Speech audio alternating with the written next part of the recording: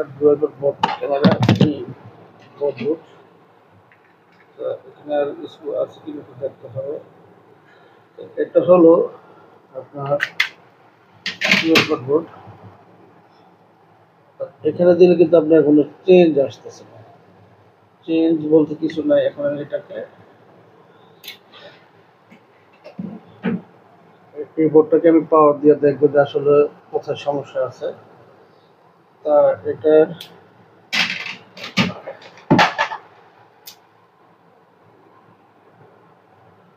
এখন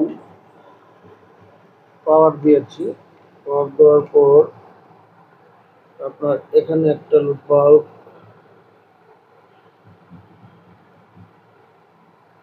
ছোট একটা বৃত্তাকার বাল্ব চলছে। এখন দেখো আসলে এখানে কোথায় সমস্যা।